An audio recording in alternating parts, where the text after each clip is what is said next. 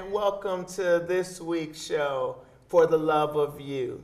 Want you to know that you are special and very important to me, and desiring to make a difference not only in your life but in the lives of other people. We come today for the Love of You show. I am happy to have Lieutenant Cherie Thomas from the Omaha Police Department. She's married and has 3 daughters and is caring for her mother who suffered a massive stroke in March of 2016 that left her paralyzed. And so Cherie is an advocate and want to share with us today how heart disease and strokes affects families. So thank you so much, Lieutenant, for coming and sharing. Thank you for having me. So I just want to probably just start at the beginning about my mother. She started having strokes back in 2015. October 31st was her first stroke. She was serving at church, and they had their Halloween gathering, and she said that her hand just kind of got weak, and she didn't go to the hospital immediately. She just kind of thought it was just some weakness, it would go away. So the next day we talked, and I was like, no, you probably need to go to the hospital. So she goes to the hospital, and we find out that she has the mini stroke. She stayed probably a couple of days, and then she was released. Then in November, she had another one. She was at home with my dad, and he said she couldn't keep her balance, and she kind of fell into the wall. So we were like, Mom, you have to go to the hospital. So that was another sign. That was another one. And then she had another one in December. Oh, wow. So she had, yes, back to back. And so I was just kind of encouraging her to kind of take it easy.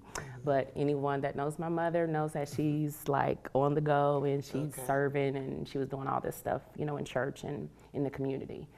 So March 5th of 2016, she was actually with me. We had just went and got pedicures, and we were going to my daughter's birthday party, and we had pulled up at my house, and she had asked my husband to make her a sandwich. So the kids come out, and she has a sandwich, and she took a bite of it, and I'm looking at her, and she couldn't swallow it. And I'm like, Mom, are you okay? And so then she spit it out, and then I could kind of tell that her speech wasn't the same. And so I don't want to say I was paranoid, so I called my sister, and I'm like, listen to the way Mom is talking. Tell me if you think it's different. And she was telling me she was okay, and I'm like, she didn't sound right. So she was adamant she wanted to go to my daughter's party, and I'm like, no, I don't think you need to. I think we need to go to the hospital. So I got a little nervous, and so then I called 911, and a rescue squad actually told me to pull over, and they would meet me. So you were trying to take her to the hospital too?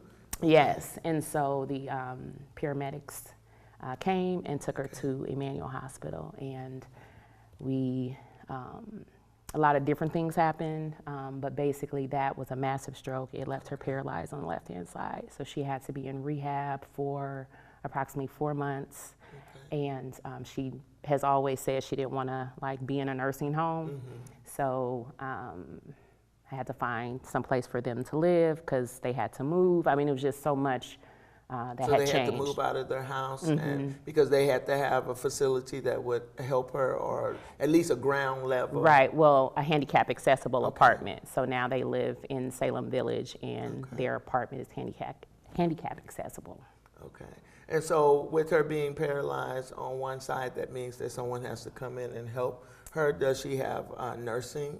So that she has caregivers that come into the home, and they have to help her with basically everything. So to get her out of the bed, to get her into the shower, to dress, bathroom. My dad is able to do a lot. He can cook and, you know, give her medication, but outside of that, we have to depend on caregivers.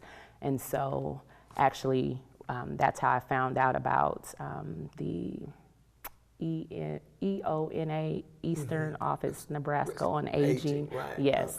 I was just going to ask you, what services did you get? Because I'm sure that it was overwhelming to you and your family to try to figure out how can we best care for Mom, since she did not want to go in a nursing home. Yes. So actually, when she was in the rehab center, I was talking to some of the social workers there and explaining, you know, the things. And so they told me about a couple of different agencies, and that was the one. And they have what's called a Medicaid waiver program. And so based on my mom's needs, they approve so many hours of caregivers to come into the home. So, So that's how good. we were able to allow her to be at home. So you were able to navigate through the system because of NOA helping you to know what was available and what was out there. Yes. Okay. Yes. And so how is Mom doing today since y'all have been navigating through this for the last 2 years? Every day is a blessing. And she encourages me because she's always still in good spirits. And so sometimes she gives us a hard time because she likes to do what she wants to do, but she has to understand She's that. still herself. Yes, exactly. And I Right. appreciate that. I appreciate that. But I try to at least take her to church once a month and Great. go visit, you know, friends if we're like on our way to a doctor's appointment to drive by and just say So hi. she can go and see, Yes. or other people can see and interact with her. And that's so important because the total person is still there. There's Absolutely. just that disability that is now, because we've realized that people having strokes become disabled. Yes. And have to have help. So how has that affected your family? You spending time with her, but then also with your family and your job. Yes. So initially when she had her massive stroke, I had to take off a few days. And then I appreciate the support that my husband has given me because I was gone a lot. Like when I would go to work, I would get off and I would go, she was in a rehab in Bellevue. So I would get off work and go to Bellevue and make for sure everything was good. So it's been a lot. So your Stressful. days got a little longer. Yes, And absolutely. definitely stress trying yeah. to weigh everything and make the right decisions on behalf of your mother. Exactly. And so I think the biggest thing that I've learned throughout the process is that I have to advocate on her behalf. You know, sometimes we're not knowledgeable about, you know, certain things because prior to my mother being, you know, paralyzed, I didn't realize like the simple things of going into a restaurant and trying to wheel in, you know, push her in the wheelchair, but the door's not working and it won't, you know, that handicap Open, accessible, right, it won't where you open. push it, it won't open. And so then some people will assist you and some people won't. And then you get stairs and, you know, all of that. So it's been a lot. It's been a lot. I'm sure it is. And just to think what you are feeling, what about your mom and what is she feeling? Yes. And being a very active woman to have to be in a wheelchair, to be somewhat confined and not able to do for herself. So I'm sure that there were some angry days that she went through, some days where she was cantankerous.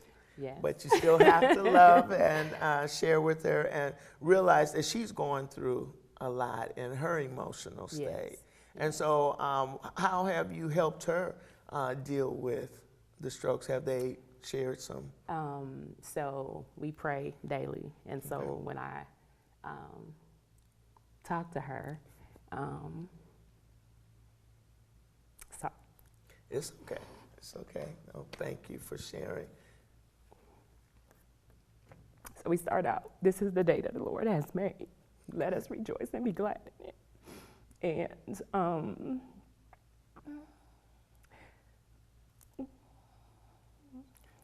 It's okay. No, it's okay. I know that it's very emotional. so the scriptures have helped, you know, even in spite of what we're going through, you know, God is still faithful. Very faithful. And we're thankful because when she was in the hospital, when she had her massive stroke, she was in ICU. And the palliative care team comes in and talks to you. And, Right. I remember the doctor coming in, and I told him, and maybe it was just an experience. I told him, I said, whether God decides to heal my mother here on earth or in heaven, we just claim that she's healed. And because she's a believer, I know that if he decided to take her at that time, Right. it would be okay. She would be going home to be with the Lord. So to see where we've come from March 5th, 2016 to what is today, October the 8th, and she's still here, it's just a blessing. So that's what encourages her, and then also me, and then just being able to be there and see her smile, you know, and when I give her a hard time, you know, when I go see her, if I call her Barbara Dean, the cut up queen, because sometimes she cuts up. So, you know, just trying to keep her encouraged and, you know, laugh and joke and play with her, but then also just love her, because, you know, we just never know what may happen. We don't, and all that our mothers do for us, that now you have the opportunity to care for her. But just think all that she taught you about the Lord, that now you're helping her to remember, or even both of y'all are encouraging each other. And that's why I decided to do this show, For the Love of You, is because so many families are being affected. And as a pastor, I see it. Like you said, in the hospital, in the ICU, families don't know is give or take. And even though the hospital staff, the palliative care comes in and wants to make sure that you are informed on decisions that you might have to make, that they are there to help you think through them. But also it's our faith. Oh, yeah. If we did not know the Lord and have the Lord to call on and his word to remind us, that's what's encouraging to each and every one of us, that we have to find it within ourselves and know that there is a higher being that's there to help us. As we seek to live our lives and to take care of ourselves, disease we are aware of various diseases in our lives that affect us, but when they do fall upon us on a heavy load, then we still can make it through those. Absolutely. That we are not, it's not the end. It's just the beginning of something new, and to do things in a new way. And so I appreciate you coming and sharing this personal struggle, because who knows, there could be someone who's watching our show today who is going through the same thing and think that they're out there all by themselves going through. But there are others that are here. And so we want them to know that there is help, and that there are people here that care about them. Absolutely. And so as you move forward, how is Dad doing? He has his health struggles too, but I appreciate him so much, because him being able to at least be at home with her allows her to be outside of a facility, and then the things that he can do, he does, and so he's a blessing as well. So. Okay, well, I mean, and that's good, and hopefully he's taking care of himself, and that he's staying strong and spiritually grounded and connected. But it's one where the whole family has to come together to take care of each other. And so we have to realize that is our mind, body, and soul. That we are one total person. And even though something physically is affecting our bodies, that does not mean that it is affecting our mind or our spirits. And so we have to continue to work together. So in the midst, what would be some things that you could tell our audience now that you are advocating for your mom, and some of the pitfalls that you found? What would be something that you would tell someone who is just now going through this? I would say ask a lot of questions, ask for clarity. And so initially my mother had certain physicians that couldn't answer questions. And so I felt like you're the expert in this situation, so sometimes you may need to seek out another physician where you get some answers.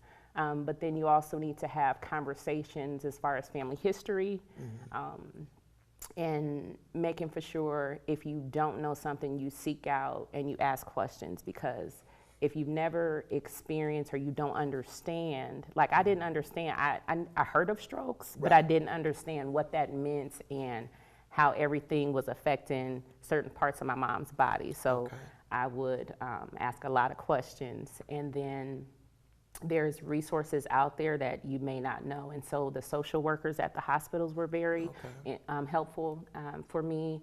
And then just my biggest thing is just asking questions and knowing your family history, and then having some hard conversations as well. I know a lot of times we know that death is a part of life, but we don't talk about that. So those are conversations that you have to have. Like, do you have life insurance? Okay. If you do, where is it? You know, those kind of policies. And then just personal things there's a lot of stuff that I found out and I have to do, like I pay my parents' bills and make for sure everything's in order. And so there's things that I had learned, you know, as an adult about my parents. And I mean, it's just kind of a part of what I have to do, but I would just say have some conversations, whether it's with the medical professionals and or your family members, because there's a lot out there. Like my mother had high blood pressure, she had high cholesterol. So then that tells me make for sure I stay on top of That's correct. my health. And a lot of times I do a lot and I don't always take care of myself. So I have now started having me time and things. And that's important because we have to realize we are still our parents' children, but we have to make sure that the things that we learn, that it trickles down to us, and then you have to share with your daughters so that they would likewise know. It's so important that we communicate, not only with our families, but also with the medical staff that is caring for our loved ones, but also communicate with our immediate family so that they would know what we're feeling, what we're going through, and not try to hold it in. And so I appreciate you sharing that and telling our audience that they need to ask questions. Because sometimes we think we just want to take everything that the doctor says to us. But if we don't understand it, there is someone that can break it down in bits and pieces that we can digest it and still see. Because just because one thing is black and white doesn't mean that there's not a gray side to it. And so to ask, because we never know. And Mom is a strong person, and she's pushing, she's making the most out of life each and every day. And so thinking back from 2016 to 2018, she's still with y'all, she's still here, but she's showing you that when a setback comes, that you can also rise above that and still share. And so I'm glad that she is doing that in y'all's life, but then it helps you to understand what heart disease and strokes and the effect that they have on the family. So we just want to make sure that we share with you to remember the fast, remember the face, the drooping in the face, remember the arm, the strength in the arms, or the feeling, because you said Mom had the tingling, to make sure the speech is slurred or not sounding right, and then time is of the essence. And so to recognize that Mom had all of these signs and you were able to call 911 and to get her help, that's so important. And want to make sure, even for the individual that might be having those feelings, don't keep saying that it's okay, that I feel okay, when you know deep down in your heart that something is wrong. Something doesn't feel right, that we have to make sure that we seek out medical care. We realize even in this age in which we're living, where we need Medicaid expansion, where health care is not at an all-time high, that people seek after because they can't really afford it, that we still have to go and help. There are various agencies here within the city, as well as hospitals, that if you are suffering a heart attack or having a stroke, that they have to see you, they have to care for you. That's what first responders are supposed to do, is to try to sustain life and to make sure that everything is okay. And so we would encourage you to get as much help as you can, to seek medical help. And so we just want to make sure that everyone understands that things happen to good people, to healthy people, people who are living their best life, but we have to be in tune with our bodies. God gave us only one body, and as I stated, we are indeed special, and we have something to offer, and we can make a difference in this world, but we have to be willing to take care of ourselves. So in your me time, how are you taking care of yourself? I have a monthly massage. Okay. I now am getting back to just having quiet time and where I read. Okay. And then also, I used to be really consistent about working out, and I'm getting back to that. Okay. So, baby steps. Baby steps, but at least you're making some steps. Oh, yeah. And Oh, so yeah. in that working out part, are you working with a trainer or are you just going to the gym yourself? I'm just going to the gym myself. Well, it's a group class. I do like kickboxing. Oh, and okay. So, yeah, I enjoy that. Okay, and then to see how it affects your mental state as well as physically, that you feel better about yourself, because I'm trying to exercise on Saturdays. We started a walk and talk exercise group, and so now we're walking and doing movements to Christian music. Oh, so it's good. almost like we're getting our praise on, Right, on right. Saturday mornings, which is keeping me moving, even though I'm moving each and every day, but just to have at least 30 minutes Yes. of actual moving, stretching, and doing.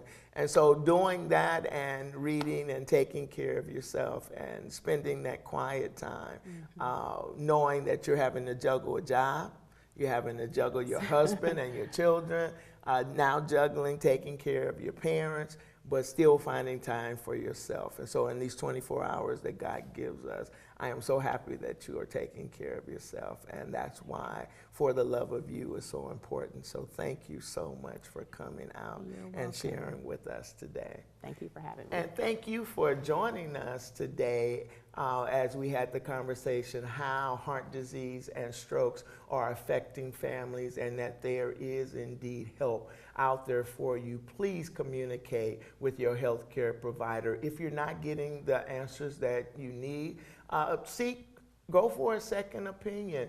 Call around and see what agencies are there to help. We realize that there are various medical clinics. Talk to your physician. Even your personal physician can help you and give you some leads on who to talk to, because mentally, physically, socially, spiritually, it all adds up together. And we realize that our hearts is what's keeping us alive, that as it is pumping, as it is beating, that we realize that we're still in the land of the living, and God wants the best for us. And because I care for you and want to make sure that we bring you all of the information that we can to share, continue to tune in and join with us as together we can end strokes and the effect that they have on people. So make sure that you are taking time out for yourself, that you are eating properly, that you are exercising, and that you are being the best that you can be. Get up, move around, sit less, eat healthy, and be the best that you can be each and every day. This is For the Love of You. Until next time, thank you for joining us today.